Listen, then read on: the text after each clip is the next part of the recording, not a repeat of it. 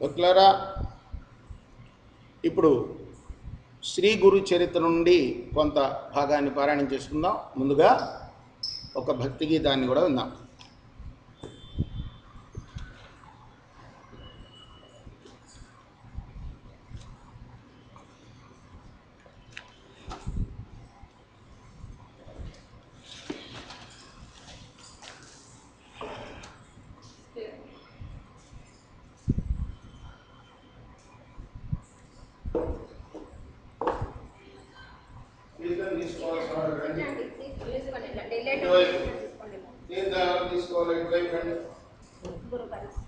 నీ సంకల్పము లేనిదే చిరుగాలి వేచునా,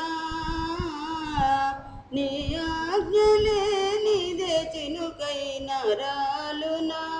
శివ శివ శంకర శంభో హర హర చంద్రకళాధర ఉమా మహేశ్వర, నీ సంకల్పము లేనిదే కారు చీకటిలో కాళరాత్రిలో కాలిబాటలో నడిచే వేళ కాళసర్పమే ఎదురుగా నిలిచిన కాటు వేయదు, కాలిని తాకదు.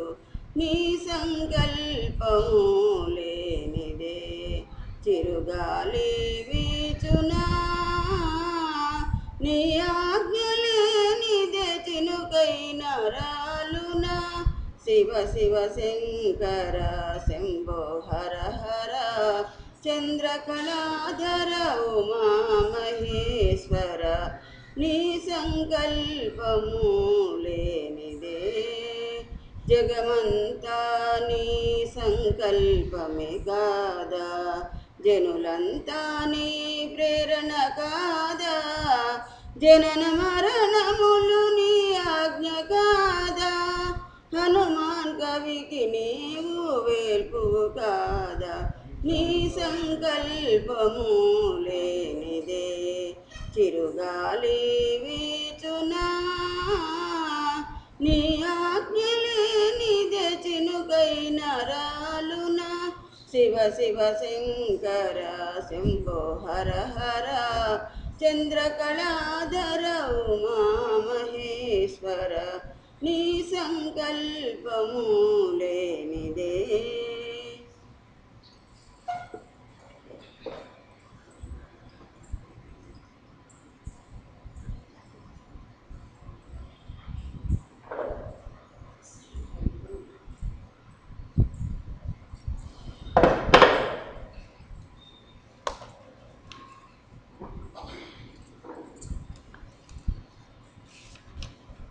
శ్రీ గణేశాయ నమః, శ్రీ సరస్వతే నమః, శ్రీ గురుభ్యో నమః.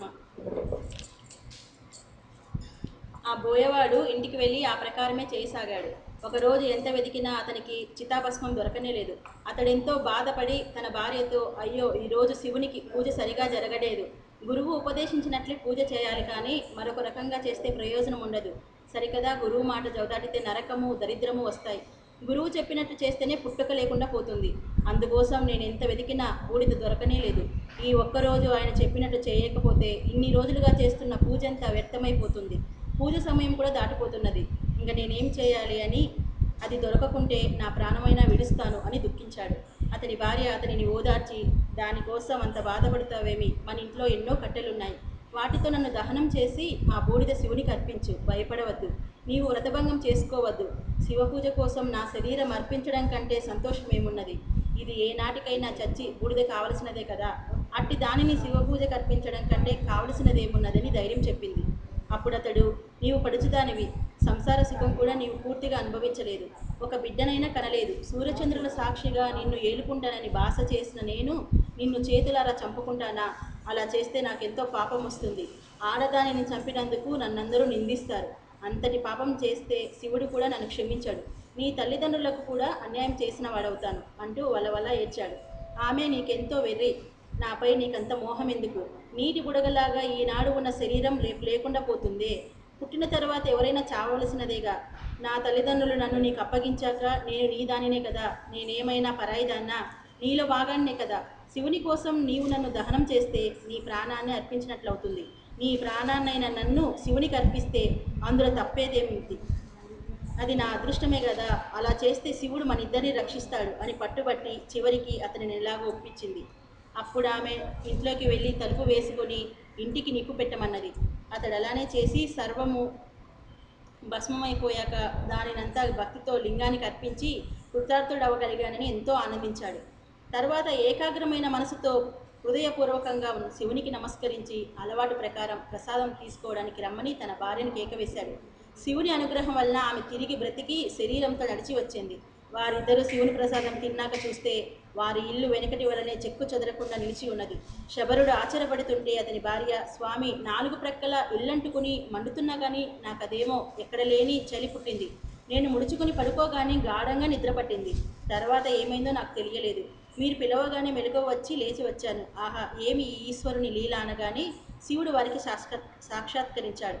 వారు నమస్కరించగానే జీవితాంతంలో వారు 1,000 సంవత్సరములు స్వర్గలోకంలో నివసించేలా వరమిచ్చి అదృశ్యమయ్యాడు.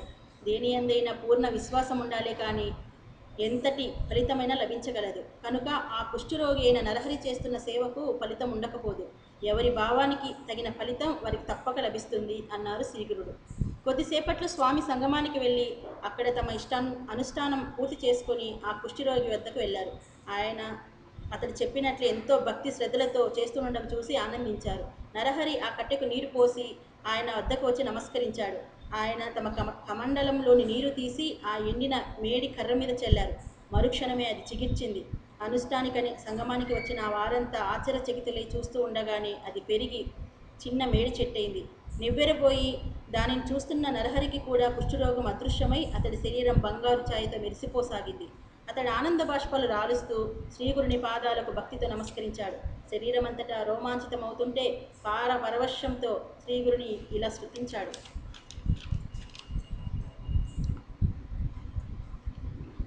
కోటి సూర్యుల తేజస్సు, కోటి చంద్రుల చల్లదనం కలిగి దేవతలందరి చేత పూజింపబడే విశ్వాశ్రయుడు, భక్తప్రియుడు, శ్రేష్ఠుడైన అతిపుత్రుడైన నృసింహ సరస్వతి స్వామి, నీకు నమస్కారం.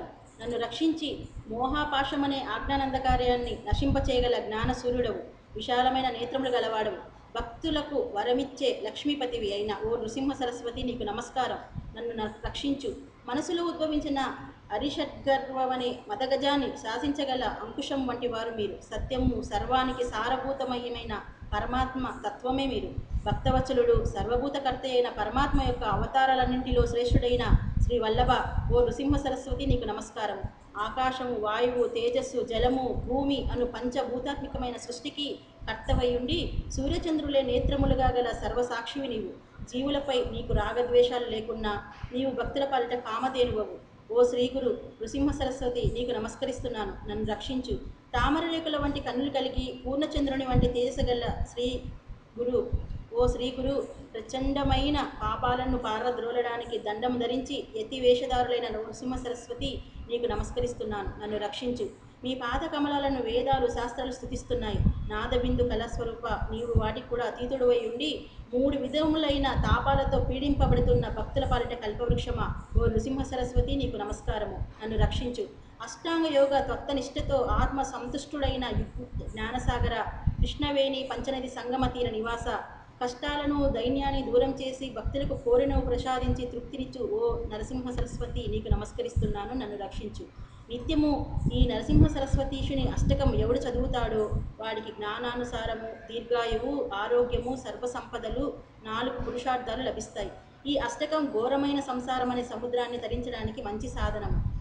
నరహరి శర్మ సన్నిధితో స్వామి పాదాల అభిషేకించి వాటిని విడవక అలానే పడి ఉన్నాడు. శ్రీగురుడు అతనికి అభయమిచ్చి జ్ఞాన రాశివవుదుగాక అని అతనిని ఆశీర్వదించి చేయి పట్టి లేవదీశారు. అక్కడ చేరిన వారందరూ ఆ గురు మహత్యము చూసి ఆశ్చర్యపోయి ఆయనకు నమస్కరించారు. అప్పుడు వారందరినీ తీసుకుని ఆయన గంధర్వపురంలోని తమ మఠానికి చేరుకున్నారు. ఆ గ్రామంలోని వారందరూ ఆ లీల గురించి విని భక్తితో శ్రీగురుని దర్శించి ఆయనకు ఆరతులిచ్చారు. నరహరి ఆనాడు వారందరికీ సమారాధన చేశాడు. తర్వాత శ్రీగురుడు అతని దగ్గరికి పిలిచి, నాయన, నీ పట్ల మాకెంతో ప్రీతి కలిగింది. నీవు గోవులు, సంపదతో ఐహిక సుఖాలను అనుభవించగలవు. నీ వంశంలో జన్మించిన వారందరూ వేదశాస్త్రజ్ఞులు, శతాయుష్మంతులవుతారు. నీకు 3 కొడుకులు పుడతారు. వారిలో ఒకడు యోగి అయి మాకు సేవ చేస్తాడు, నీకు పారమార్థికమైన శ్రేయస్సు కూడా లభిస్తుందని ఆశీర్వదించారు. తర్వాత శ్రీగురుడు అతనికి అష్టాంగ యోగం ఉపదేశించి విద్యా సరస్వతి మంత్రాన్ని కూడా ఉపదేశించి, నీకు యోగీశ్వరుడని పేరు పెడుతున్నాము, నీ భార్య బిడ్డలను తీసుకొచ్చి మా సన్నిధిలోనే ఉండు అని చెప్పారు. నామధారక శ్రీగురుని ప్రసాదం వలన నరహరి శర్మకు 3 కొడుకులు పుట్టి గురుభక్తి వలన ఎంతో వృద్ధిలోకి వచ్చారు. స్వామిని నమ్మిన వారికి ఆయన ఎంతగానో అనుగ్రహిస్తారో చూశాం కదా. అంతేకాదు భక్తితో అతడు చేసిన స్తోత్రం అంటే శ్రీగురునికి ఎంతో ప్రీతి. ఆ స్తోత్రంలో వ్యాకరణ దోషాలు, చంద దోషాలు ఉన్నాయి. ఎవరైనా ఆ తప్పులు దిద్దపోతే శ్రీగురుడు అంగీకరించక ఆ స్తోత్రం అలానే చదవాలని చెప్పేవారు. శ్రీ దత్తాయ గురువే నమః. శ్రీ శ్రీపాద వల్లభాయ నమః. శ్రీ నృసింహ సరస్వతి నమః.